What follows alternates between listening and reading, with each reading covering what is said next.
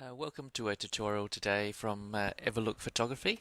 Today's tutorial I'm just going to go about some useful tips about navigating around Photoshop itself rather than any kind of advanced techniques as such. So you may already know a lot of these things from your workflow, but it's surprising how simple things we often miss along the way when we develop our own kind of workflow. So let's just start off with movement around the image itself. This is a picture of some ice taken in New Zealand. Now if I wanted to zoom right up to 100% to have a look at pixels to see if things are in focus, the simplest way to do that is to press Control or Command 1. That takes you right up. Okay, so you might not want to look at things in this much detail. So if you want to zoom out to fit screen, Control 0 is the option to get you right back out to fit screen. Now if you want to go anywhere in between, press the Z button for zoom, and then you can kind of alt zoom in and out to the amount that you want to view.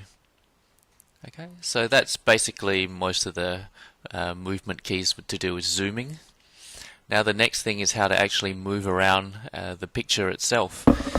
If you zoom in at great detail, I guess the crudest way to do it is to use the sliders at the bottom, but if you're having to move your mouse around all over the place to do other things and then moving out to the side to move the sliders, it's just not very efficient. So the other way you can do it is to press H, and that brings up this hand icon. Once you have the H button press, then what you can do is you can just drag around the picture and move it.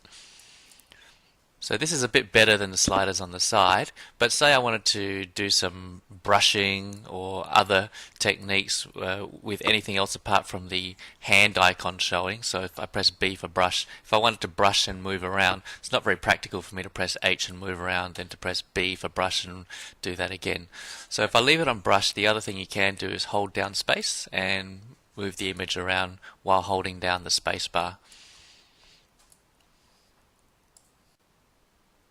While we're talking about brushes, I'm going to zoom right out, using Control 0.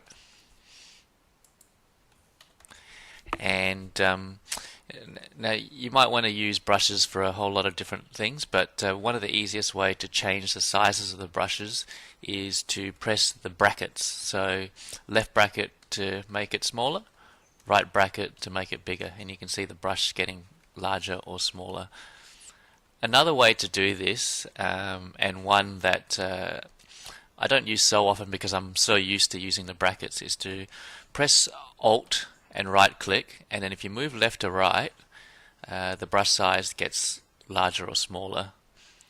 And if you move up and down, you'll see the hardness value changes. So the red is actually what you're actually going to see. So if I made hardness 100%, your brush is going to be dead hard to the edges. If I move the mouse button up, hardness right down to 0, then it's a very smooth transition. Moving left makes it smaller, moving right bigger. So that's another option for changing the brush size. And that's the end of the short tutorial for today.